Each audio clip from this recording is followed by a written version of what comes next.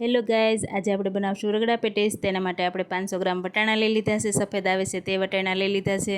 તેને આપણે ધોઈને ડૂબે એટલું પાણી નાખવાનું છે અને 5 થી 6 કલાક ઢાંકીને પલળવા દેવાના છે।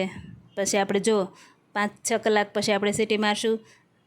એમાં મીઠું અને હળદર નાખીને બાફા મૂકી દીધા છે। 5-6 સીટી પાછી કરશું।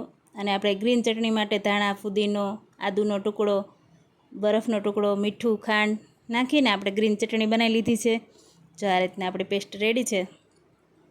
હવે આપણે ખજૂર આંબલીની ચટણી બનાવશું। તેને માટે ખજૂર, આંબલી અને ગોળ ઉકળવા મૂકી દેવાનો છે। ત્યાં પછી આપણે સાઈડમાં વટાણા બફાઈ ગયા છે, જોઈ લઈશું। જો આ રીતના આપણા વટાણા એકદમ મિક્સ થઈ ગયા છે। જો એમાં 1 ગ્લાસ પાણી નાખશું, સંચળ નાખશું, આદુ મરચાંની પેસ્ટ નાખશું, બધું સારી રીતે હલાવશું અને થોડીવાર ઉકળવા દેશું। તો એક સાઈડ આપણે બટેટા બાફી લીધા છે, તે ફોલીને તૈયાર કરી દીધા છે। તેમાં આપણે મસાલો કરશું, મિક્સ કરી લીધા છે। જો આપણે આદુ મરચાંની પેસ્ટ નાખી છે, હળદર નાખી છે, મીઠું નાખ્યું છે સ્વાદ મુજબ અને થોડું સંચળ નાખ્યું છે। બસ એટલી જ વસ્તુ નાખવાની છે અને બધો મસાલો મિક્સ કરીને આપણે પેટીસ આ રીતના બનાવી લેવાની છે। જો આપણે પેટીસ શેકવા રાખી દીધી છે। નોનસ્ટિક પેન છે એની ઉપર આપણે આ રીતના પેટીસ બનાવતા જઈશું અને મૂકતા જઈશું, શેકતા જઈશું। જો આ રીતના પલટાઈ લેવાની છે, ક્રિસ્પી થઈ જશે અને અંદરથી સોફ્ટ ને ઉપરથી ક્રિસ્પી, એ રીતની આપણી પેટીસ રેડી થઈ જશે।